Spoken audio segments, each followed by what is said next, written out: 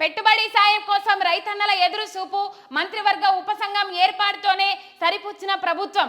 అసెంబ్లీలో చర్చ లేదు, మార్గదర్శకాల ముచ్చటే లేదు. నెల రోజుల్లో ముగియనున్న వానాకాలం సీజన్ అని చెప్పేసి ఇక్కడ వార్త కనబడతా ఉన్నది. ఏదైతే రైతు భరోసాతోని ఇప్పుడు కేసీఆర్ 2 పంటలకే ఇస్తాడు, నేను అధికారంలోకి వస్తే 3 పంటలు ఇస్తా, 3 పంటలకు రైతు భరోసా ఇస్తా. కేసీఆర్ ఎందుకు 2 పంటలకే ఇస్తాడు, 3 పంటలకు ఎందుకు ఇస్తలేడు రైతు భరోసా అని మాట్లాడిన రేవంత్ రెడ్డి ఇలా అసలుకే ఎసరు తెచ్చి పెట్టిండు. బిచ్చమేస్తాండ్రు వాళ్ళు, ఖాళీ 10,000 బిచ్చమేస్తాండ్రు.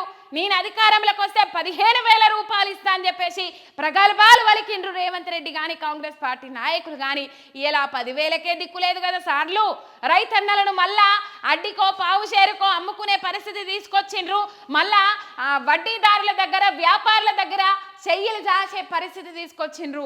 ఎద్దేడ్చిన వ్యవసాయం, రైతేడ్చిన రాజ్యం బాగుపడదని చెప్పేసి ఆలోచన చేసి వ్యవసాయం దండుగన్న తెలంగాణ రాష్ట్రంలో వ్యవసాయాన్ని ఒక పండుగ చేసి చూపెట్టిండ్రు. పోయిన తాపలు ఒప్పుకోవాల్సిందే, ముమ్మాటికి ఒప్పుకోవాల్సిందే.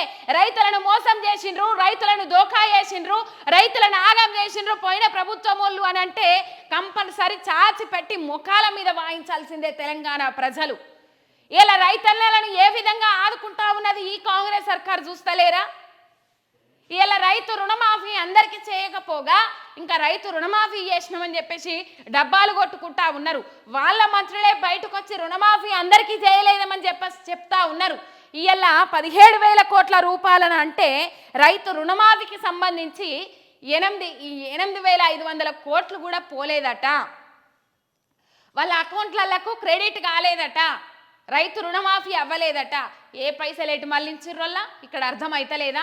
రైతు భరోసాకి ఇవ్వాల్సిన పైసలు ఏవైతే అది 10,000 రూపాయలు ఇస్తే 7,700 కోట్లు, అట్లనే 15,000 రూపాయలు ఇస్తే 15,000 రూపాయలు ఇస్తే దాదాపు 13,000 కోట్ల పైసలు కావాలి.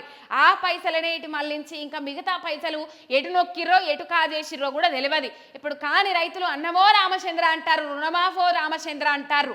రుణమాఫీ కాని రైతులు గొలగొలగొలగ ఏడుస్తూ ఉన్నారు. వాళ్ళ ఏడుపు ఇనే నాదులే లేడు, వాళ్ళ ఏడుపు ఇనే పట్టించుకునేలే లేరు. ఇలా పరిస్థితి ఆగమాగం అధ్వానంగా ఉంది. రైతు భరోసాకు సంబంధించిన ముచ్చట్లు ఇంత మీదకి తెర మీదకి రాలే.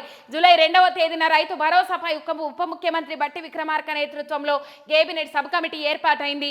అందులో మంత్రులు తుమ్మల నాగేశ్వరరావు, పొంగిలేటి శ్రీనివాసరెడ్డి, శ్రీధర్ బాబులను సభ్యులుగా నియమించిండ్రు.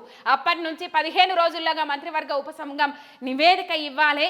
ఆ నివేదికపై అసెంబ్లీ బడ్జెట్ సమావేశాల్లో చర్చించి రైతు భరోసాపై నిర్ణయం తీసుకోవాల్సి ఉంది. అసెంబ్లీ ఆమోదం తర్వాత మార్గదర్శకాలు జారీ చేసి రైతులకు పెట్టుబడి సాయం చేస్తామని సర్కార్ ప్రకటించింది.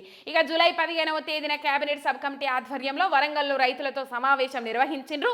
రైతు భరోసాపై అభిప్రాయాలు తీసుకున్నారు.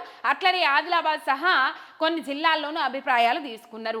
జూలై 23వ తేదీ నుంచి ఆ అసెంబ్లీ బడ్జెట్ సమావేశాలు ప్రారంభమైనాయి. కానీ అసెంబ్లీ సమావేశాల్లో రైతు భరోసా ఊసే ఎత్తలేదు. దీంతో మార్గదర్శకాలు ఖరారు కాలేదు. ఇది అసలు కథ. ఇలా రైతు రుణమాఫీకి సంబంధించి ఒక్క అంశం కూడా కానోళ్ళ పరిస్థితి ఏందనేది ఒక్క అంశం చెప్తలేరు. రైతు భరోసా గురించి పట్టించుకున్న నాథుడే లేడు. అసలు రైతు భరోసా గురించి ప్రభుత్వ పెద్దలు ఎవరు మాట్లాడిన పాపాన పోతలేరు. ఇలా పంట పెట్టుబడి సాయం కింద అందాల్సిన జూన్ 23 తారీఖు వరకే అందాల్సిన రైతు భరోసా పైసలు ఎటువైనాయి? రైతు భరోసా ఎందుకు ఇయ్యలేదు? ఈ ప్రభుత్వం సమాధానం చెప్పాలి.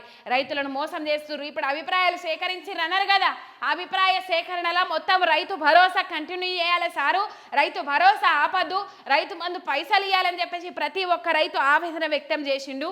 ఇలా ఆ ఆవేదన వీళ్ళ దాకా పోలే.